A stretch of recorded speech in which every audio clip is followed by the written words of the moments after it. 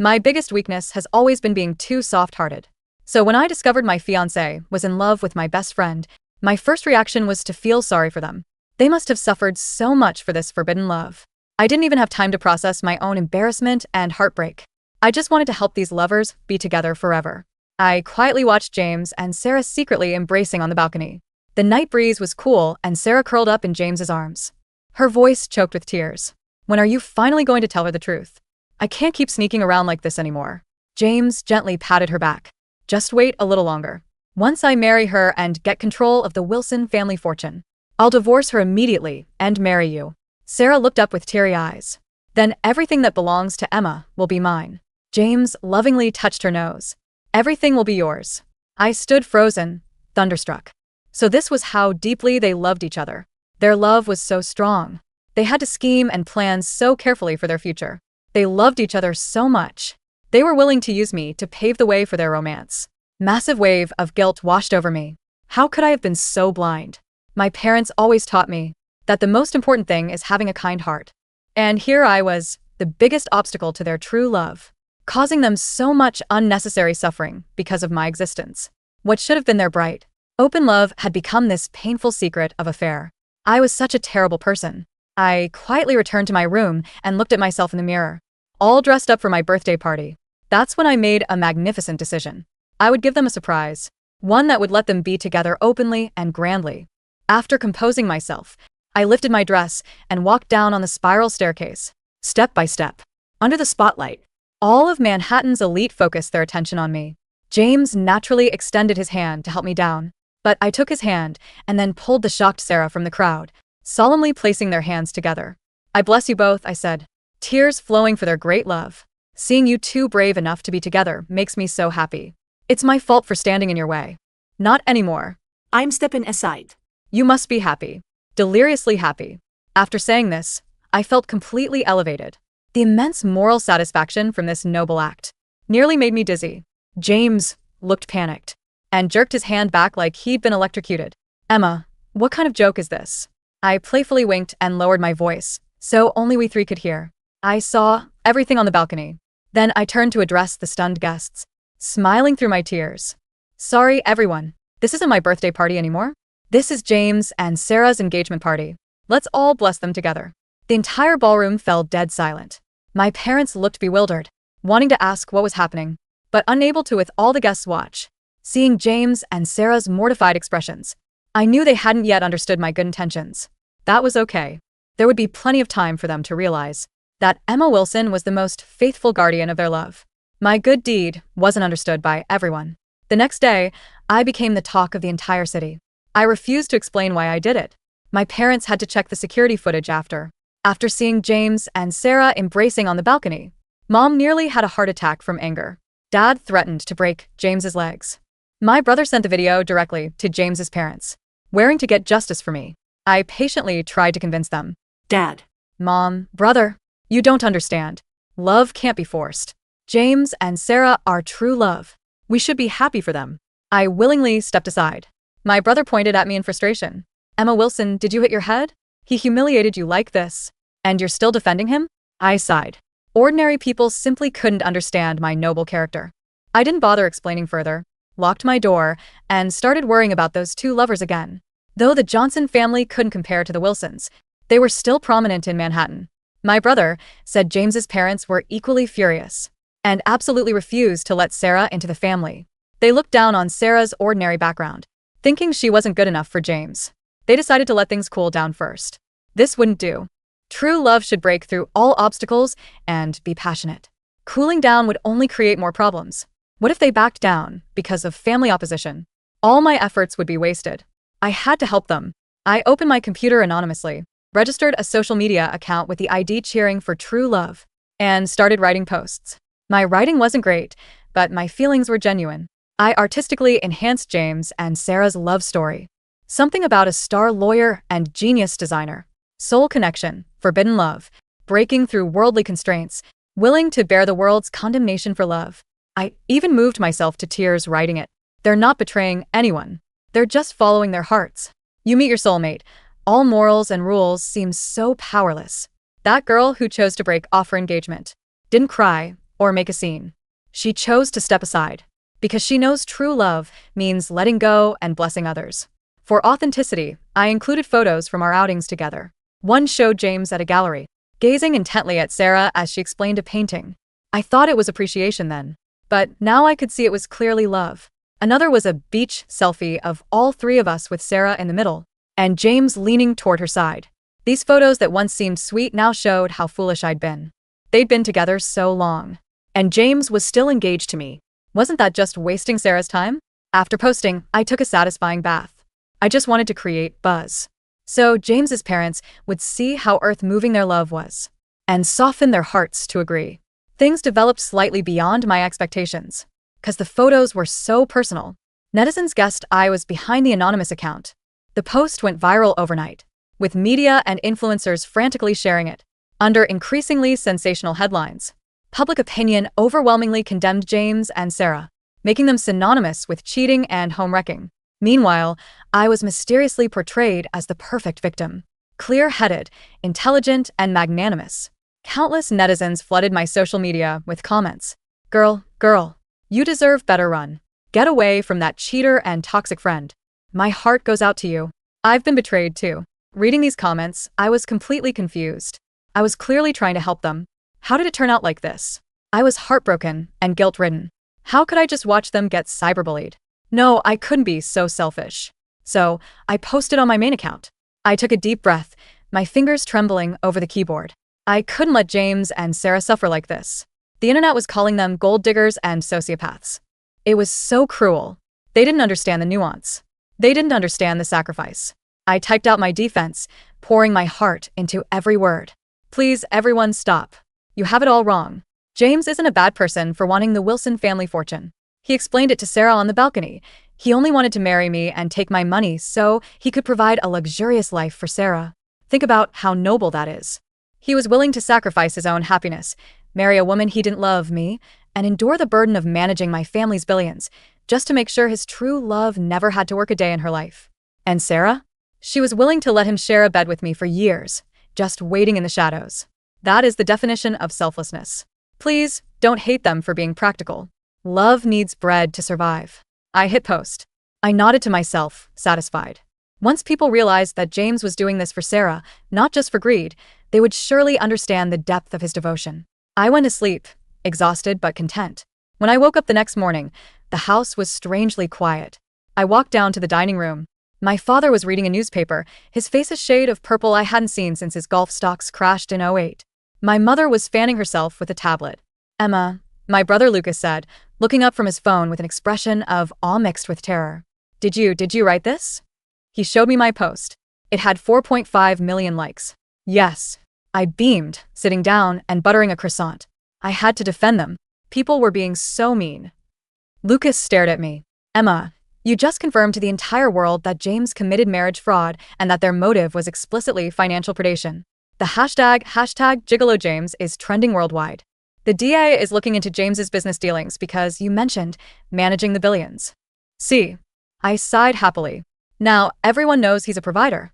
Emma, my father choked out. Johnson stock has dropped 40% since your post went up at 2 a.m. Their board of directors is calling for an emergency meeting. They're firing James. I gasped, dropping my butter knife. Oh no. But now he has more time to spend with Sarah. This is a blessing in disguise. You are, Lucas whispered, staring at me as if I were a terrifying alien creature, a tactical genius. I'm just a friend. I corrected him gently. Later that afternoon, the security guard at the gate called. James and Sarah were here. My parents wanted to throw them out, but I insisted on seeing them. They must be here to thank me for clarifying things, I told the maids. Prepare the good tea. And the expensive biscuits. They're probably hungry. When James and Sarah stormed into the drawing room, they didn't look thankful. They looked like they had survived a war zone. James's designer suit was rumpled, his tie missing. Sarah, usually the picture of delicate grace, looked manic, her mascara running down her cheeks. You, James screamed, pointing a shaking finger at me. Are you insane? Did you write that post? Yes. I stood up, opening my arms for a hug. I saw the hate comments, James. I couldn't let them misunderstand you. I told them the truth, that you were doing it all for Sarah. James looked like he was about to stroke out. You destroyed me. My career is over. My parents have cut me off. The Wilson Group lawyers sent me a cease and desist regarding the take the fortune comment. Sarah lunged forward, but my brother Lucas stepped in front of me, crossing his arms. Sarah screamed from behind him. Emma. You stupid, rich bitch. You made us look like monsters. I can't even go to the coffee shop without someone throwing a latte at me. I covered my mouth, tears welling up. They wasted a latte? In this economy, that's not the point. James roared. We have nothing. The accounts are frozen. I looked at them with immense pity. My heart ached. This was exactly what I feared. Their love was being tested by the cruel material world.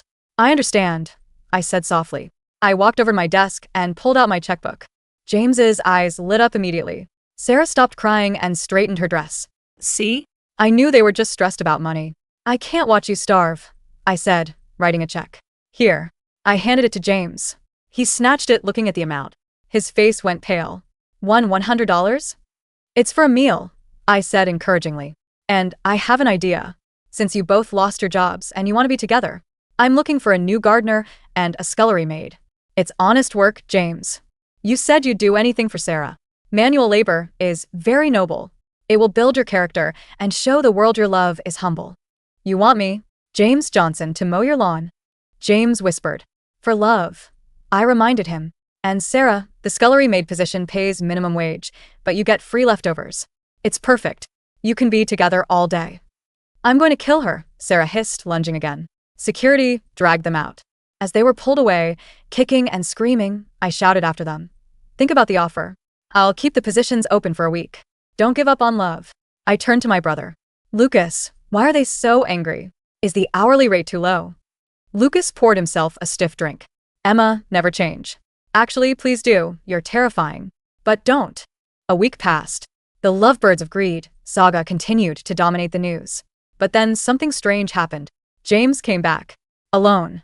He requested a private meeting. My father refused, but I, ever the soft-hearted fool, met him in the garden gazebo. James looked better. Clean-shaven, wearing a suit. He held a bouquet of lilies, my favorite, though I'm sure he remembered them as Sarah's favorite. Emma, he said, his voice dripping with honey. I've been doing some thinking, and I realized I was confused. Sarah, she manipulated me. She cast a spell on me. But seeing your kindness, your defense of me even when I wronged you, it woke me up. He knelt down. I don't want Sarah. I want you. I want to repair us. Please, give me a chance to prove I can be the husband you deserve. I stared at him, thunderstruck. Oh, the tragedy. The pressure was too much for him. The cyberbullying had broken his mind. He was trying to force himself to love me just to regain his social standing and save his family's reputation. He was sacrificing his true love for Sarah just to survive. This was the most heartbreaking thing I had ever heard. James, I said, my voice trembling. You would do that? You would force yourself to be with me, a woman you plan to divorce, just to save your family? I love you, Emma. He lied smoothly. It was always you. No. I shook my head, tears streaming down my face. I cannot accept this sacrifice. You love Sarah. I saw you touch her nose. You can't fake that nose-touching passion. I promise. I hate her nose now. James pleaded, grabbing my hand. Emma, please. The bank is foreclosing on my apartment. I need your love. You need money, I corrected him gently. And you think marrying me is the only way to get it? Oh, James. You poor, desperate soul. I pulled my hand away. I cannot let you prostitute your heart for solvency. I won't let you give up on Sarah just because she's poor and hated. I took out my phone. I'm going to call Sarah. She needs to know you're having a breakdown. No. Don't call her. James panicked. But it was too late. I had already dialed. And, because I am a helpful person, I put it on speaker. Hello. Sarah's voice was shrill. She sounded like she was in a wind tunnel. Sarah. It's Emma. I chirped. I have wonderful news. James is here. That traitor. Sarah screeched. He blocked my number. He told the press I seduced him. He's just protecting you. I explained, looking at James, who was making cut-the-throat gestures at me. He's here proposing to me right now. He's trying to sacrifice himself by marrying me so he can get my money and give it to you secretly. He's playing 4D chess for your love. Silence on the other end. Then, a cold laugh. He's trying to get back with you to dump me? Emma, he's lying. He wants the money for himself. Nonsense, I scolded. I know true love when I see it. Listen, Sarah, I'm not going to accept him. I'm sending him back to you. And James, I looked at him sternly. To prove your sincerity to Sarah, you should sign over your remaining assets to her. That way she knows you aren't leaving her for money. James looked like he wanted to vomit. Emma, I have no remaining assets. Then sign over your debt, I suggested brightly. Share the burden. That's what marriage is. I stood up. I'm going to leave you two to talk. I placed the phone on the table. James, tell her you love her. Don't be shy. I walked away. Behind me, I heard James shouting at the phone and Sarah screaming back. It sounded passionate. They were communicating. I was such a good therapist. A month later, the annual Manhattan Charity Gala arrived. Usually James would be my date. This year, I went alone, wearing a revenge dress, though I just thought of it as a happy independence dress. To everyone's shock, James and Sarah attended too. They had apparently reconciled, probably because neither could afford a lawyer to sue the other. They had rebranded. They were now trying to be influencers who turned their scandal into a brand. They were live streaming their entrance. James looked thin. Sarah looked desperate. They made a beeline for me. The cameras flashed. The elite of Manhattan held their breath. Emma, Sarah said, holding a microphone. She was smiling, but her eyes were dead. We wanted to publicly thank you. Your support, it challenged us. But we survived. And now, we want to ask for your blessing one last time. James stepped forward, holding a small box. We are auctioning this promise ring for charity. And we want you to be the first bidder. Show everyone there are no hard feelings. I looked at the ring. It was the engagement ring James had given me. He had asked for it back for cleaning 2 months ago and never returned it. My hand flew to my mouth. James, you're selling the ring you gave me? To support Sarah? The crowd gasped. No, it's a replica, James stammered, sweating. It looks exactly like the one I have the receipt for, I said, confused. The one insured under the Wilson family policy. I turned to the police commissioner, who was standing nearby, eating a shrimp puff. Commissioner, if someone sells stolen property for charity, is it tax deductible? The commissioner wiped his mouth and stepped forward. Actually, Miss Wilson, it's a felony. James dropped the box. It's not yours. It's a different one. Oh. I clapped my hands. I see. You bought a second identical ring for Sarah. With what money? You said you were broke. I turned to the crowd, glowing with admiration. Everyone, listen. James embezzled from his company before he was fired to buy Sarah this ring. It's the only explanation. Look at this romance.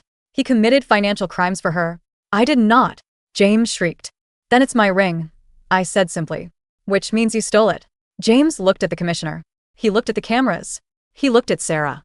It's her ring, James sobbed, pointing at me. I stole it. I stole it. Just don't look into the embezzlement. Aha. The commissioner stepped in. So, you admit to theft. Wait, Sarah said, backing away. He stole it? He told me he bought it with his crypto earnings. James, you cheap liar. You knew it was hers. James screamed back. You told me to steal it because you wanted a vintage cut. They started shoving each other. The live stream was going wild. The comments were scrolling so fast they were a blur. I watched them, shaking my head sadly. They were fighting so intensely. Passion like that is rare. Please don't fight. I shouted over the noise. I'll give you the ring. You don't have to go to jail. I'll drop the charges. You can't drop charges on a confession made in front of the police commissioner and the district attorney, my brother whispered in my ear. Emma, stop helping. You're digging their grave with a backhoe. I'm just trying to de-escalate, I insisted. 3 years later, I sat on the balcony, the same balcony where this all started, sipping tea. James was currently serving 3 to 5 years for fraud and grand larceny. Sarah had moved to Idaho and was apparently running a blog about toxic positivity and how it ruined her life. I was married now, not to a businessman, but to a veterinarian named Oliver. He was kind, he loved animals, and he didn't care about the Wilson fortune. But sometimes, I still worried about James and Sarah. My brother Lucas walked onto the balcony, handing me a letter. It's from James, Lucas said. From prison. I opened it excitedly. Emma, please stop sending me care packages. The other inmates are making fun of me. You sent me a book called Ethics for Dummies and a soap carving kit. I don't want to carve soap. I want to be left alone. Your letters of forgiveness are being read out loud by the warden as punishment for bad behavior. You are the cruelest person I have ever met. I pray every day that I never see you again. Sincerely, James. I wiped a tear from my eye. He's still so proud, I told Lucas. He's pushing me away to protect me from the stigma of knowing a convict. He really has changed. Lucas patted my shoulder. Yes, Emma, that's exactly what it is. I should visit him, I mused. Maybe bring Sarah? I heard she's single. I could pay for her plane ticket. A prison wedding would be so romantic. It would redeem everything. Lucas froze.